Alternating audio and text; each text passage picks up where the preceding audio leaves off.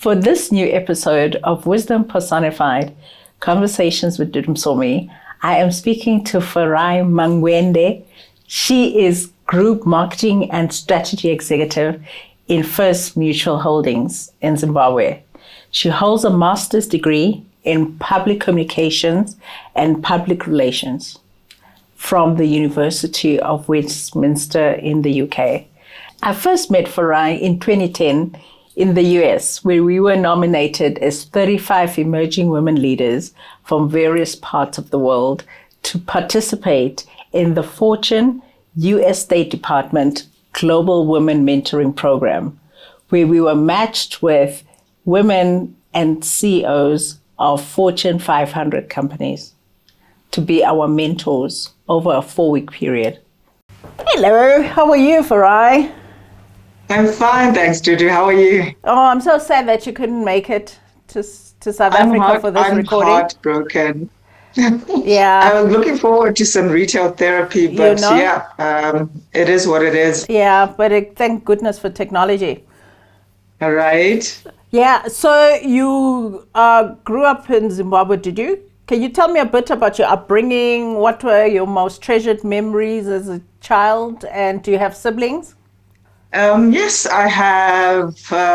Goodness, I have to think about this. I come from an African family, so the sibling dynamic is hectic. So I'm just going to include all of them. I have 5 siblings. Okay. Complicated, but there you go. But on my mom's kids, I have 2 siblings, but in total 5. I grew up partly in Zimbabwe, and partly in the UK. My dad was a political activist, as was my mom. So at one stage, his life was in danger. So he left to go and live in the UK, and then we followed suit when we were young. So my formative years were in the UK, and then we came back after independence to Zimbabwe. So I think that's it really in a nutshell. So insofar as growing up is concerned, or upbringing, it's in a mishmash of Zimbabwe and the UK as well, or London back in the day. What do you think wisdom means as opposed to intelligence? Okay, I think wisdom for me is underpinned by discernment. Whereas intelligence, anyone can be intelligent. Your brain can be super smart and super sharp, but it doesn't necessarily make you wise. Wisdom is discernment and the ability, I think, to read other human beings, read other people emotionally, and just even their body language. I think that all adds to wisdom, and of course coupled with experience as well. Okay. I haven't asked that one in a long while, so I thought I'll put it in there. So you. I was like, wait a minute, Dudu, that wasn't on the script. I like putting things that are not in the script. Yeah, it's a conversation, Farayi. You are the group. You are the group marketing and strategy executive in First Mutual Holdings Limited in Zimbabwe. You hold a master's degree in public communications and public relations from the University of Westminster in the UK. Why have you chosen not to emigrate from Zimbabwe like many professionals have done? You know what? I did have that option. When I finished my master's, I actually went for a couple of interviews. My whole family lives there, so it made logical sense for me to also live there. And I remember the day that I went for my interview, that was 9/11. Right. And I was sitting in the city. It was a city job, and there were big screens, and we literally saw this airplane go into one of the towers. And then we were like, is this a movie? And then literally we were all shuttled out of the city. We had to get out, get out. So that was a bit wow, that was something like that would not ordinarily happen in my little country. So that was a little bit scary insofar as, am I safe in this place? But the major reason really why I moved back home is that I love Africa. I'm an African at heart. And this might sound really silly, but I love being in a place where people can actually say my name. Yeah. When I lived in England, it sounds very silly, but I had variations of Ferrari, all sorts of things. But I think more importantly, back in the day, my line of work as a foreigner, an African, as a woman of color, my path to professional growth was very limited. It was capped. So it was a whole reason of things. And I felt that I'd have a better life in Zimbabwe for me and my daughter, to be honest. It's so interesting that the others are leaving and then you saw such opportunities even throughout this volatile time. But so you contributed to an anthology of women who grew up in two countries, which is called Township Girls, the crossover generation. Yeah. What is the crossover generation? What wisdom have you gained that has influenced the African woman you are from being part of this crossover generation? Okay, so the crossover generation is really a crossover, not necessarily country-wise. It was a mishmash of women that had grown up fully in Zimbabwe. Some lived in more than one country, in Zimbabwe and another country. But the crossover generation was really the crossover from the apartheid era in Zimbabwe at the time. So we were the children that grew up in the townships where I'm sure you can relate, where, people of color were not allowed to live in certain areas, were not allowed to go certain places, do certain things. So we were the crossover generation that level one, if you want to call it that, where we were the first generation to go to the mixed schools, the interracial schools. So it was crossover from township life to an interracial society, if you will. And the bulk of the women sort of came from a middle-class background. Our parents were, they were activists, they were front runners, they were people that made a difference to their community. So that's the common thread that we have amongst us. But yeah, the crossover really is from 100% life in the African townships to now, life post-independence. So yeah, pre and post-independence, I think, if I was to sum it up. Yeah, I must say one of the books that captured a little bit of our experiences was Nervous Conditions. I think I've mentioned to you. When I read that in high school, because I always say, books that really kind of made me think of myself as an African in a particular way were Things Fall Apart, Devil on the Cross, and Nervous Conditions. It's like, but anyway. And now you have to add Township Girls to that. Yeah, so you have to sign it for me so that I can read it. I need it signed. I will sign it and deliver it personally. So you wrote a fitness blog a few years ago called How to Eat an Elephant, where you shared your journey as you prepared to run your first half marathon. What did you learn about yourself during that process? Okay, so I learned that I actually had it in me to endure hardship. I learned that just because you don't like something, it doesn't necessarily mean that it's bad because you have an opinion about it. The reason why I say that is when I was at school, I absolutely detested cross country. So this year, now I'm airing out my dirty linen in public. So we would sort of like stand like in at a certain spot and wait for everyone else to go round. When they came round the second time, then you join them and finish. Oh gosh. Yeah. I know, so terrible. But also, I mean, this is very weird. I have this weird condition that if I run, I get itchy. Oh. So it was a whole plethora of things that I just was like, okay, I'm turning 50. That's the reason why I also ran my half marathon. I was turning 50 that year. And I needed to do something where I could overcome my fear of something, mind over matter and endurance. Yeah. Right. And so we were talking with our family. We always have what are you going to do for New Year's? What is your resolution? And then I was just like, okay, I'm going to run half a marathon and overcome my fear of running and the fact that I just don't like it. And everyone was like, yeah. So I called up my gym instructor and I said, this is what I'm going to do. So now I was committed.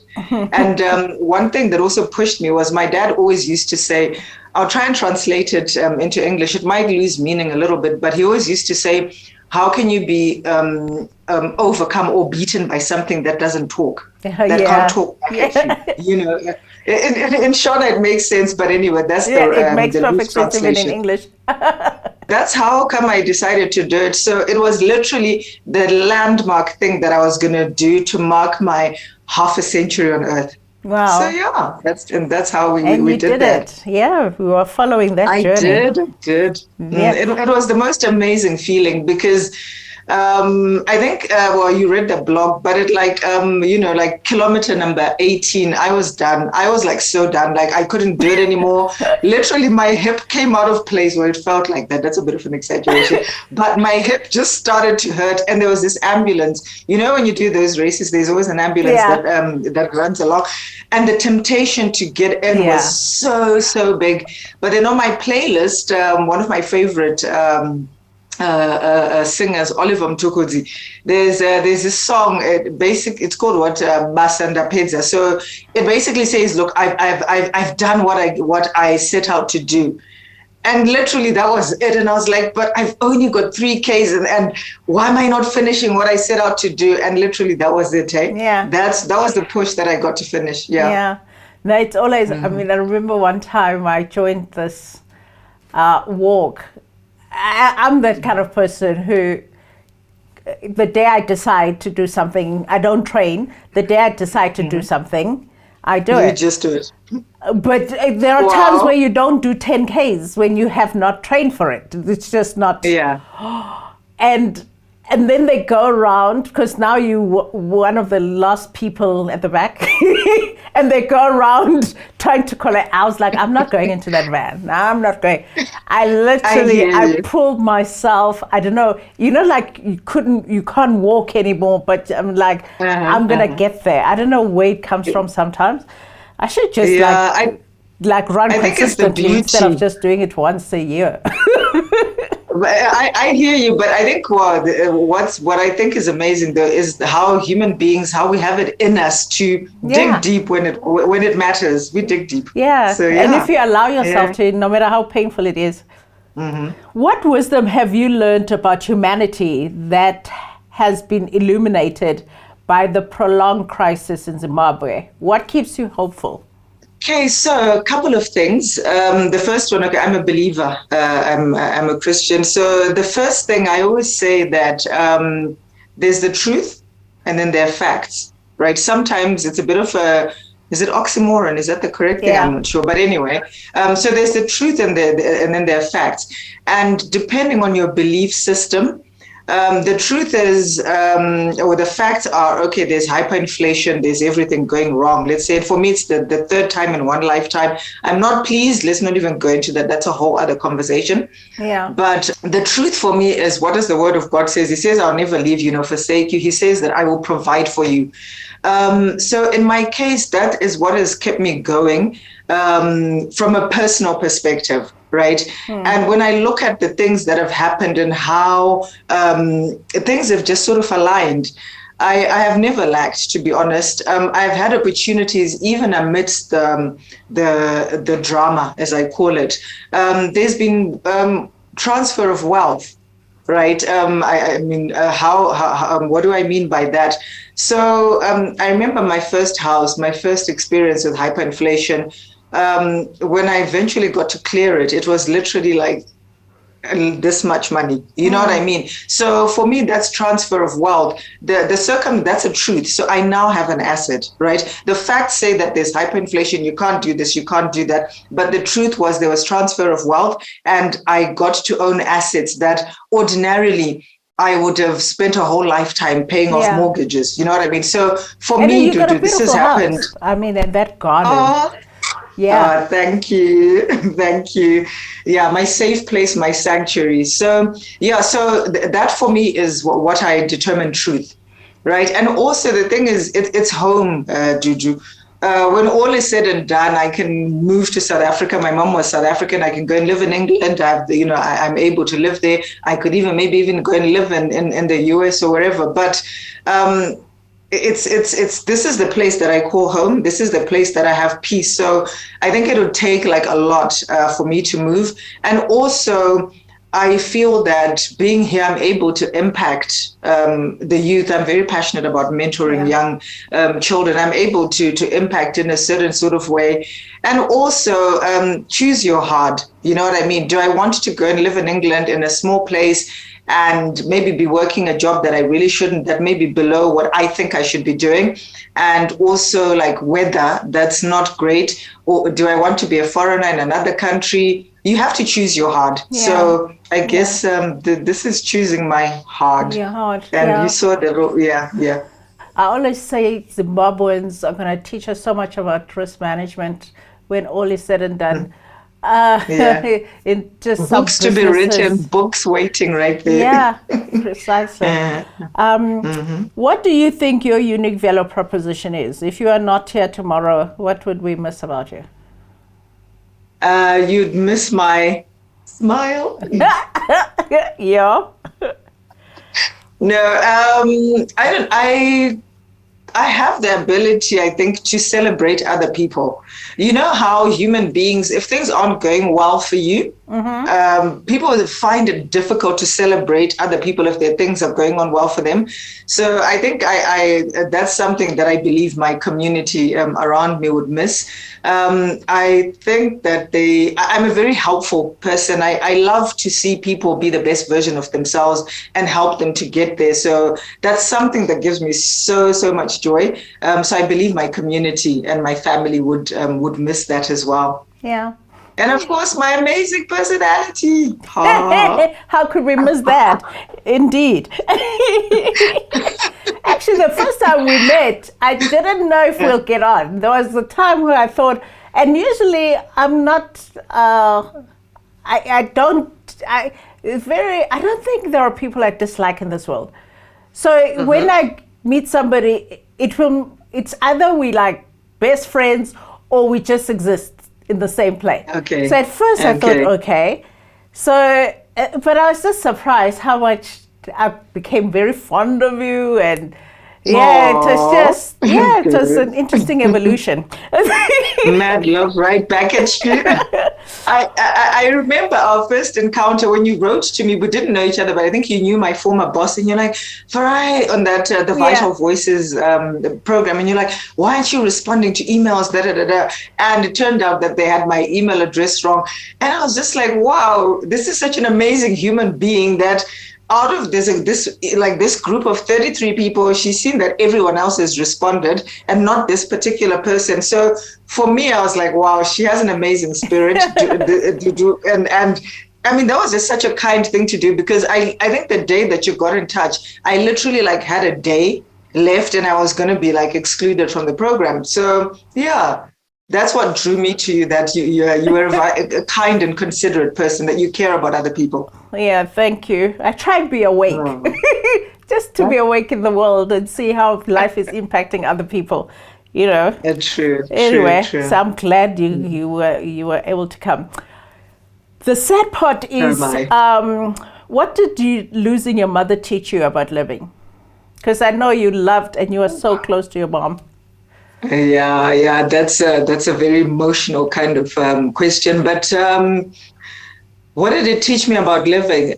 It taught me, well, I think what I got out of that was that I always, you know how you talk and you always say, oh, I can't do life without my mom. What did I do without her? But what it taught me is that she had already equipped me with the skills to live without her, if that makes sense. Yeah. Yeah, so...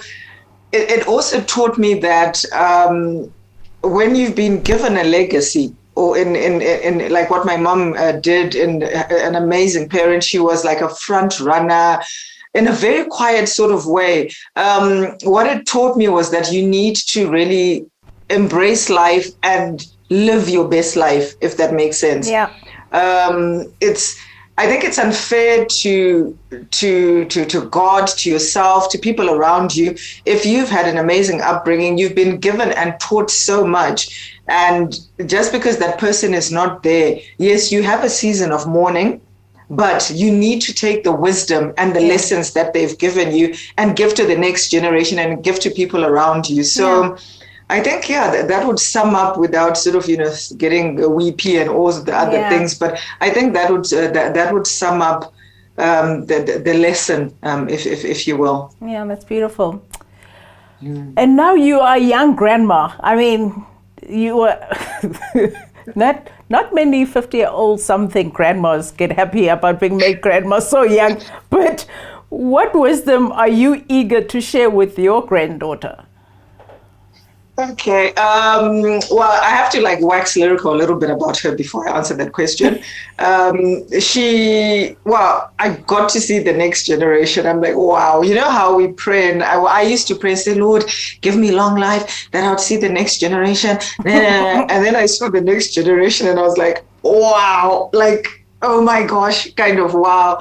And she is what I call perfect love. Mm-hmm. She is perfect love for me. So the wisdom that I would give her is that be the most authentic version of you. Don't try and be someone else, because you create barriers and you're living in untruth because you're constantly having to mask by not being yourself. So I think to be yourself and to be kind.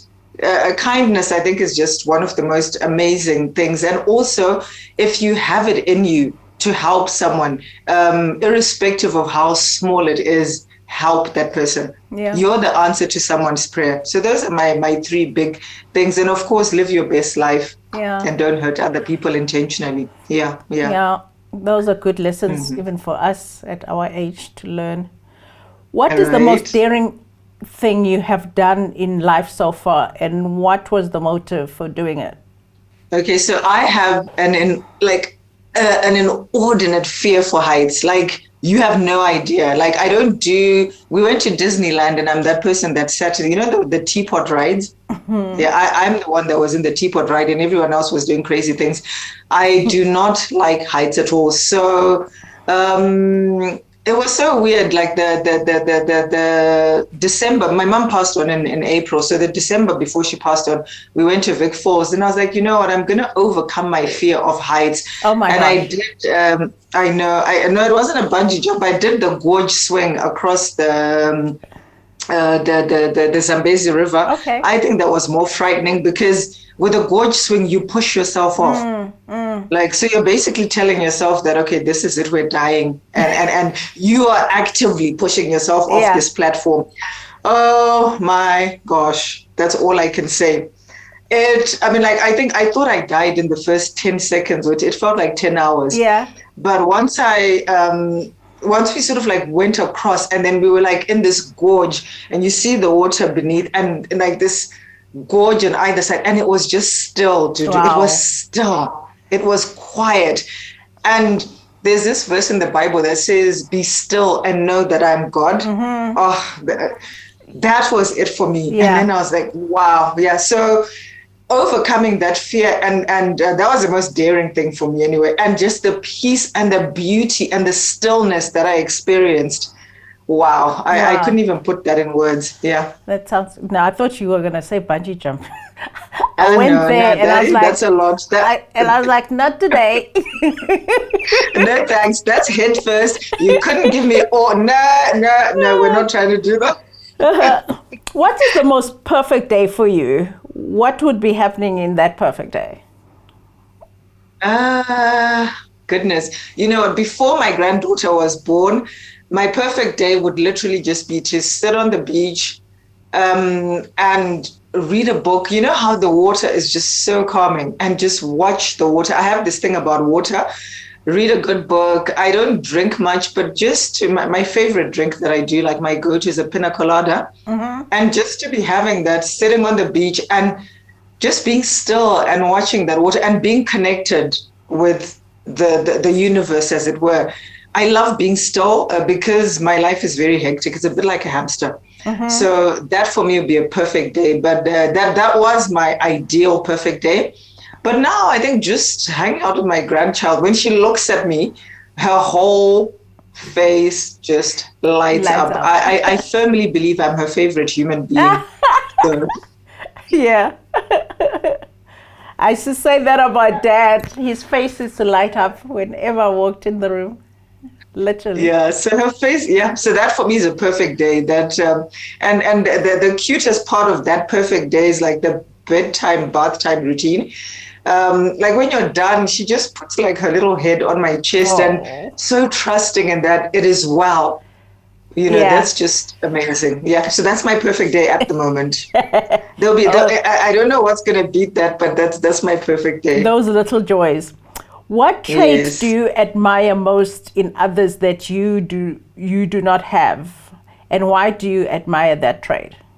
I'm not an aggressive person, believe it or not.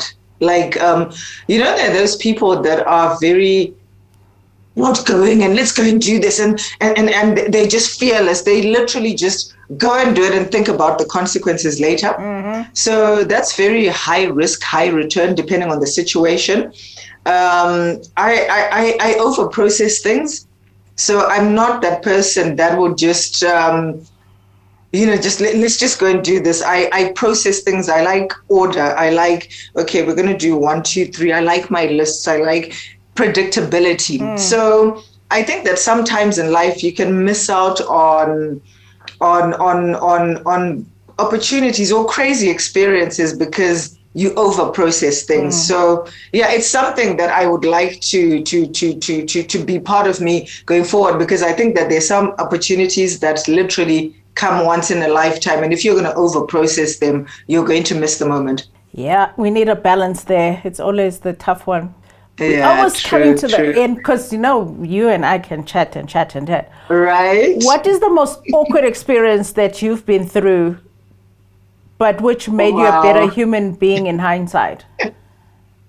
Okay, this is like really like my daughter or the millennials would say ratchet behavior.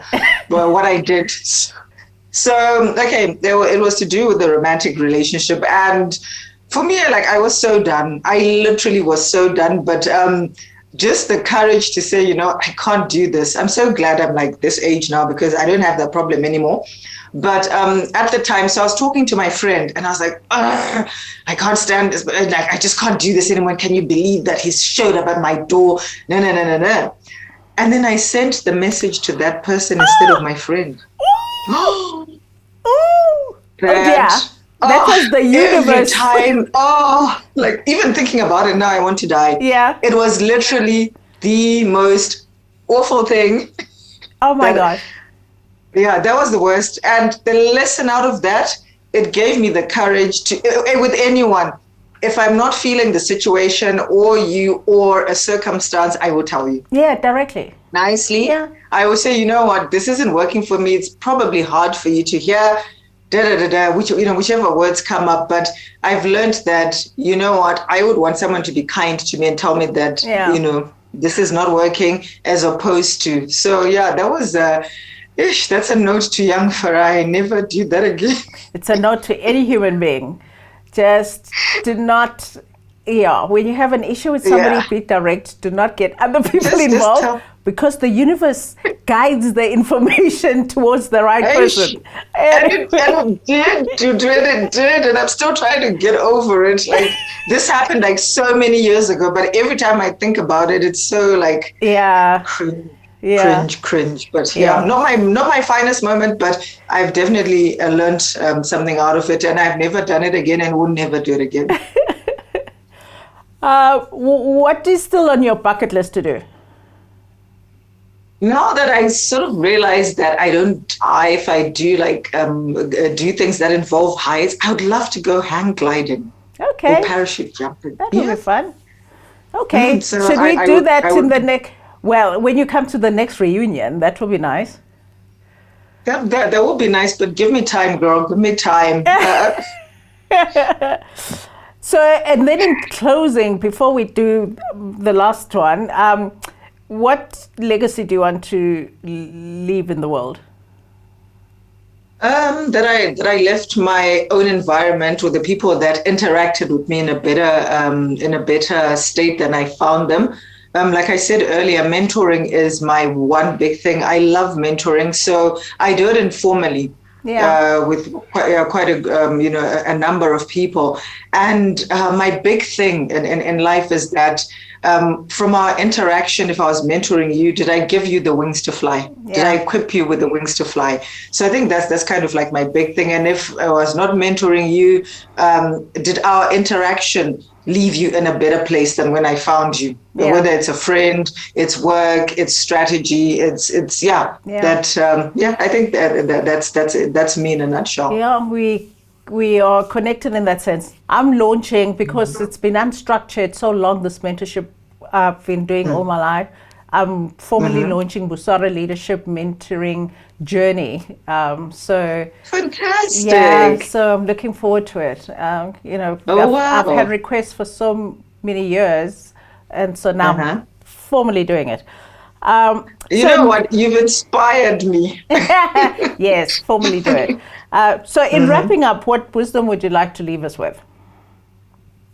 That, it doesn't take anything out of you to be kind and considerate to other human beings. If you can help someone in whatever shape or form, do it. You don't have to get recognition for it, but just do it anyway. That's. Indeed, we could all learn from that.